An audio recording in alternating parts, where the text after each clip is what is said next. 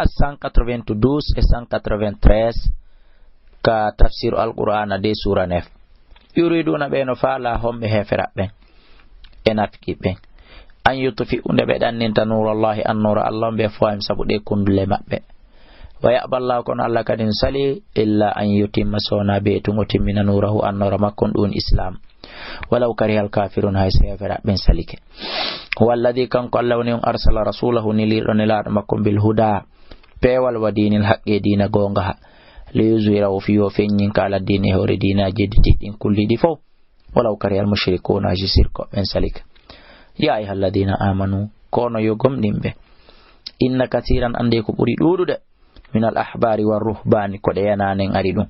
e morde karamo ko be al yahuda e karamo ko be an nasara ko buri dudude ko e mabbe hasinabe fo kono ko buri dudude ko la yakuluna wallahi be nyaamay amwala nasi jawle yimbe hediti be bil baatule hore mere ittina be hore fu lando fi sabilillah financement ciociji be nyaama de hore fu wa yasuduna tabe sakko an sabilillah bantugo lawdina Allah kan ko buri dudude mabbe ko ni sifori والذين يكنزون الذهب الإنروب كان والفضة خالص ولا ينفقونها تابع دبانس تادين تابع بيتتاسدك في سبيل الله في بانتو الله دين لك يبجوك فبشرهم هم بتوبة بعذاب وندن ودن بلت أليم موسود يوم يحمى nyande honcino ya alaiha e hore di fi naari jahannama kandirite jahannama dum honcina ha wonti sila mbollan yite fatukuwa biha dum pasiraji bahum geece mabbe den wa junubuhum e becce mabbe den wa juhuruhum e babbe mabbe den ko fi on nun Allah ko yeso ngon e becce den e baawo ngon wi o laali nyande dum pasira juude mabbe ma ko e mabbe dum kadi harayno mari gissa ino mari sababu ko tay kon ko den tere don tati Allah woni ko janti kono wi den o darsudo ko fi menen e kitoto ben do gissa ala sababu nuzul ala haray on yilto ka tafsir al-Qur'an arano fi yon humpito manet dollan ka 628 60 5309 même numéro ka sotelgi ka Selcom ka Intercell haray be wene hada ko dum do ma kanastum wonno ko halli nordon li anfusikum fi wonkeji mon din faduqu dekke ma kuntum sabukon ko lati don taknizuna hidon aldinora inna iddata shuhuri ande no kontore lebbi indalla ka Allah ila aduna dari 12 shaharan ko lebbi sappo e didi fi kitabillahi ka deftere Allah jombente woni go e donkin woni sappo e didi yawma khalaqa samawati nyande ila nyande Allah taki ka mulidin wal arda ilaydi minha no der majjino arba'atu hurum lebbi nay hurum di yewtuno den dinnanen jonnude numéro téléphone yimbe be noddu anda kon du woni di dalika dinul qayyim ko dum don dina nyibuka kan fala tazlimu wa ta'un toñuddey fi hinna e majji hollali nongoy hediti dino duwa toñede ko woni ko surtudi do ko ta'un toñe e majji an fusakum wonkeji mondi waqatilul mushrikina wa habon waron shirko ben kafatan be dendangal haram subal fi odo ko men nene goto ma ko men kawtal kama e katiluna ko mono kambe kadi be habirta on non kafatan on fo wa alamu andum anna Allah wande Allah ma'al muttaqina himo wonde hulobe mo ben innama nasiu ande nettina gongol e yawgol habugol jihadi ni ma wadugol kala mo yere ziyadatun dum ko beede dum fil kufure nder kefiran ka ko ngon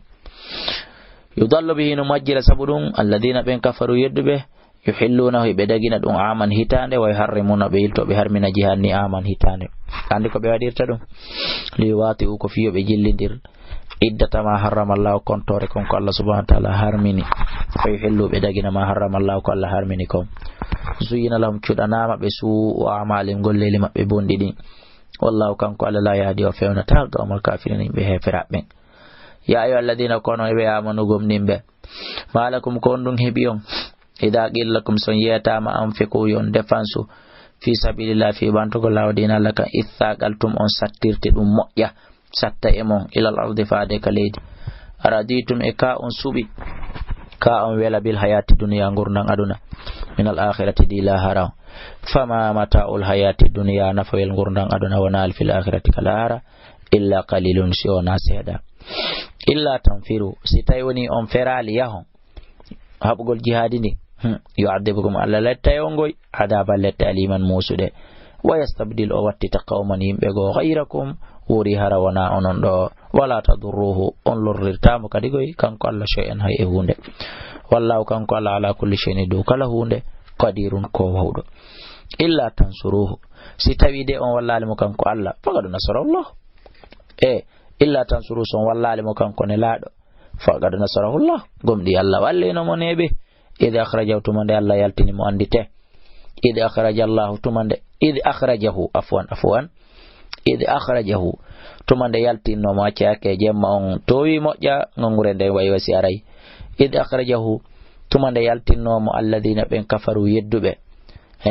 saniyat nayi moy ɗiɗaɓo e ɗiɗoɓe doni Abubakri iduma tumande tawno kamɓe ɗiɗo fil ghariɓe ka nder fammere gharu sawr idh yaqulu tumande o wi'anno li sahibi ɗimmojo makko ɗum Abubakri la tahzan wa tahzanu inna Allah ma'ana mo wonde men fa anzalallahu Allah jippini sakina tawde e ƴere makko ne alayhi e dow makko wa yadahu semminirimo bi junudin kono lam taraw ha ngo sutaki ɗum woni malaika wa ja'ala jippini kalimatal ladina kongol ɓen kafaru yedduɓe wa ja'ala waɗi kan alladina ɓen kalimatal ladina kongol ɓen kafaru yedduɓe waɗi kongol maɓɓe ngol asufla ley yo Allah waɗu konguɗi ayɓe meɗen ɓen dendanangal maɓɓe ley wa kalimatullahi waɗi kongol Allah ngol daalol Allah ngol hiyal uluya ngol woni dow yo Allah waɗu konguɗi men ɗin dow